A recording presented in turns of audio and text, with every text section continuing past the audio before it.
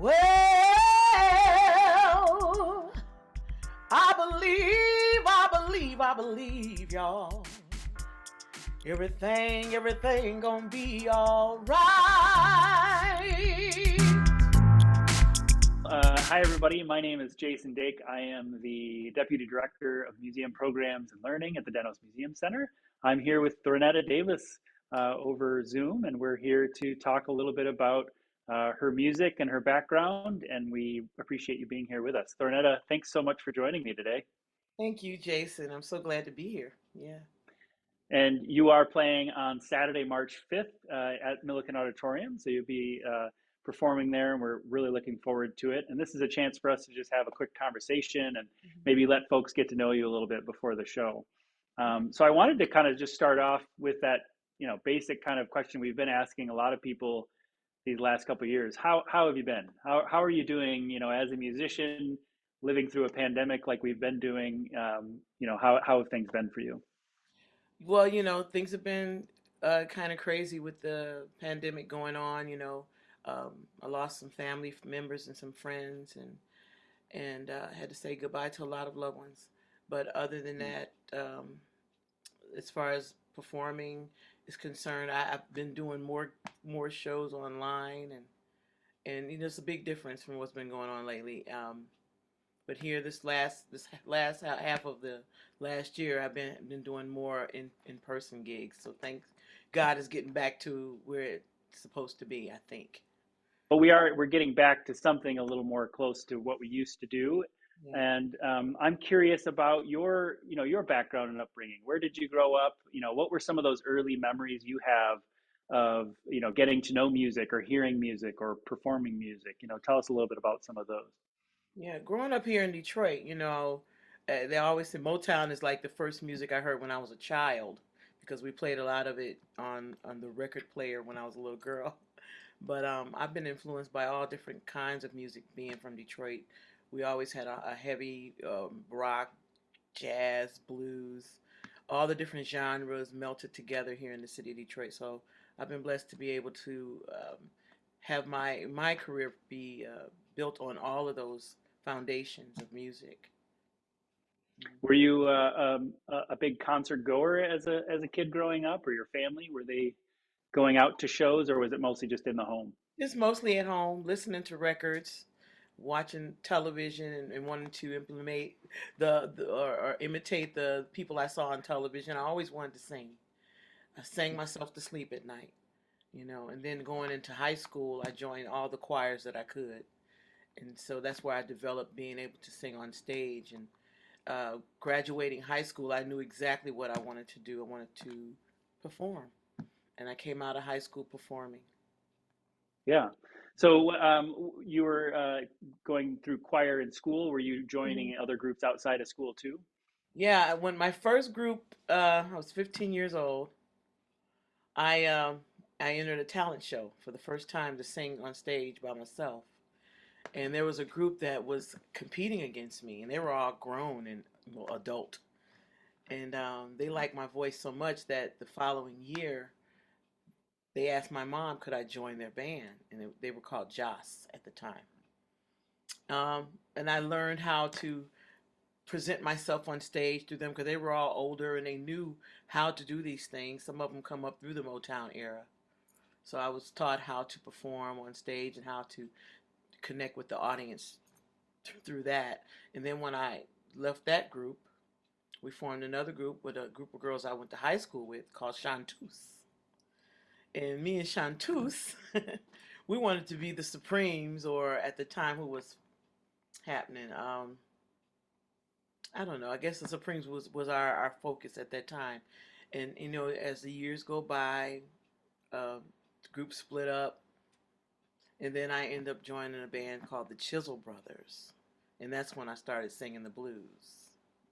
Because they were a bunch of guys who did soul and rock and blues. And they said, we don't do top 40. So I had to go delve into my mama's records and pull out what I had been listening to as a child and start singing those kind of songs. And growing up and I'm a single mom now, started knowing what these blues songs really mean. They were speaking on my life. I only picked songs that I could relate to. And so when I started singing the blues, that's when people around Detroit started noticing me, picking up on me, and I started be- becoming well known right when I started singing the blues.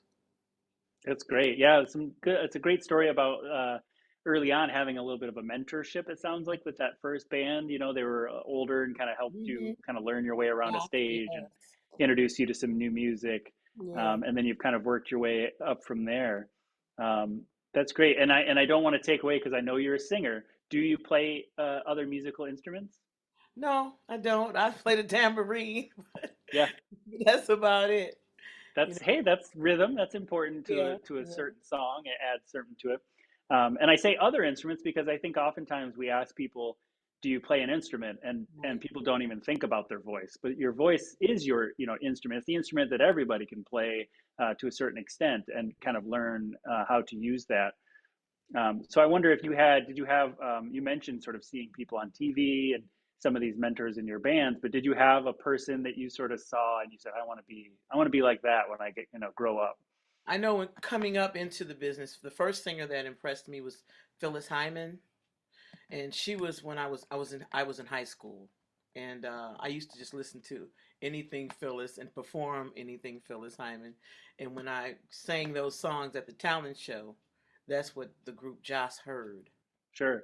And as a singer, when you think about those different kinds of songs, a slower ballad versus something Mhm. that's rocking or a little more bluesy, Mhm. do you take a different approach with your voice? Do you, use a different register or, how do you kind of plan that when you're thinking about different songs?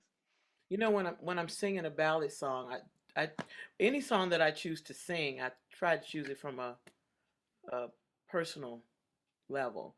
Can I relate to it? Have I been through this? Because I want the audience to feel the emotion in the song.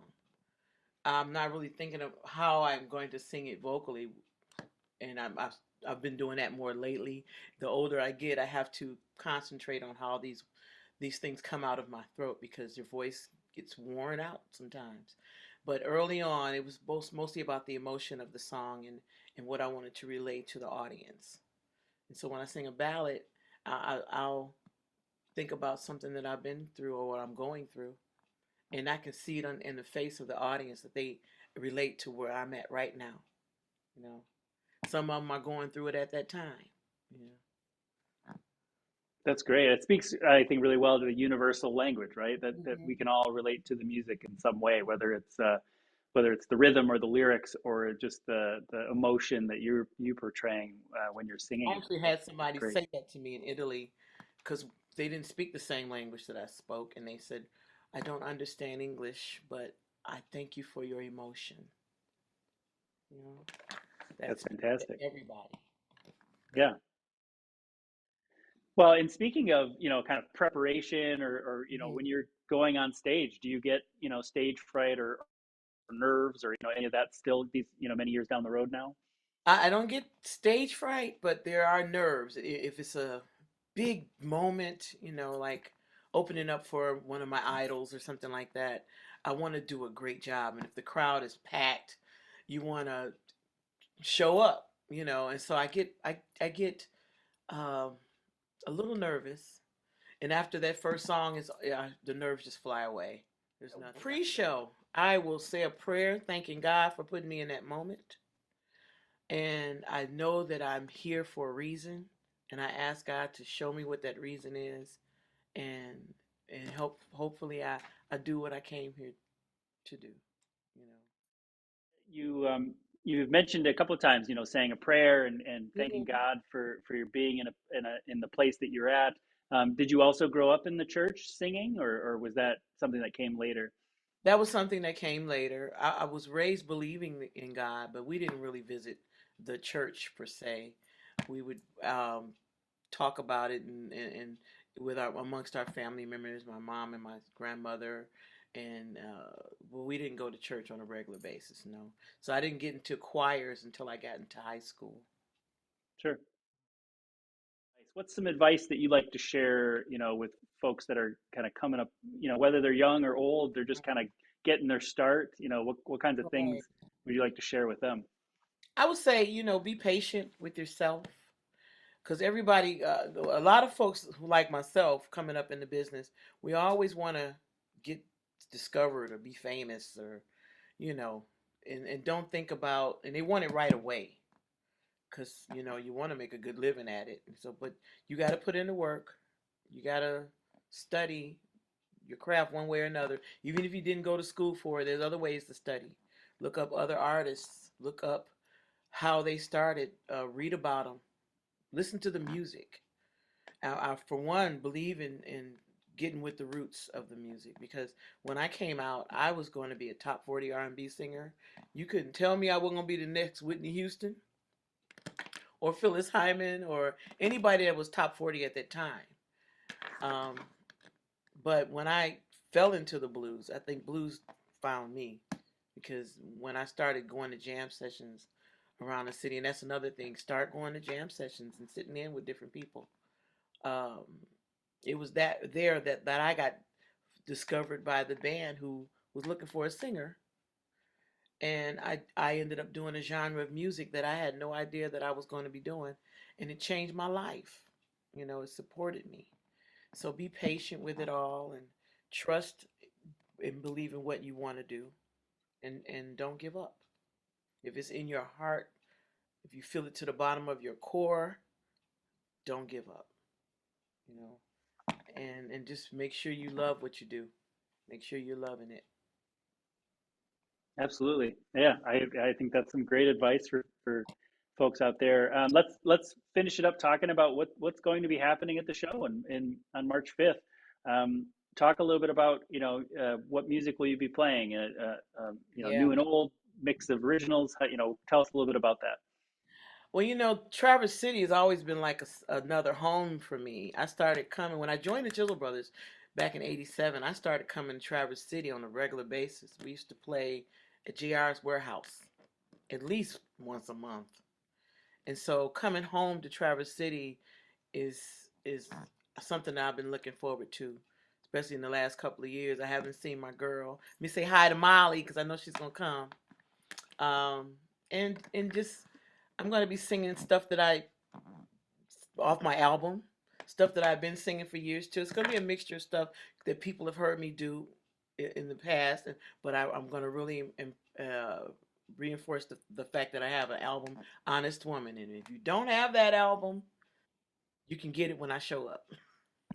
Yeah, absolutely. And I did, one of your newer things that did come out was a duet with Jeff Daniels, "I Am Oh America," yeah. right? And so tell me a little bit about that. How did that come about? Oh wow. I got a call one day from his uh, producer. I think he was his producer, and he said that Jeff Daniels would like for me to join him on a song that he had written. And I said, oh, I'd love to do it. I've been thinking about one of these days I'd like to work with Jeff Daniels. And when he emailed me the song, it was the hook and just a little bit of the lyrics. And I was like, well, where's the rest of the song? I said, does he want me to write this song too? And, at first I was a little intimidated. I thought, well, no, I can do this. I want to take part in this. And it was a song about what was going on with Black Lives Matter and what had been going on in the news. And he said when he finally connected with me, he says, I want you to make this your song. And I sat up one night and I just wrote the whole thing out. And by the time he got back to me, he goes, well, how's it going? I said, well, it's done. He said, well, can we record it this weekend? I said, yes, we can. And so I went out to his home studio and we recorded the song. And then the next thing I know, he had posted it with alignment with a campaign that was going on in Georgia on Twitter. And I didn't know. He didn't tell me he was going to do that, but I started getting tweets in the middle of the night. My Twitter is blowing up. I'm like, what's going on? And I looked on there, and the song was incorporated into this campaign for the governor. I think it was governor and representative. And I'm like, so he called me right then because I guess he knew. I think she knows now. I hope that's okay. I was like, yeah, it's fine. Yeah, thank you for letting me know after the fact, but that's cool. And so I love that song. I don't know if I'll be doing it that day. I have to talk to my guitar player.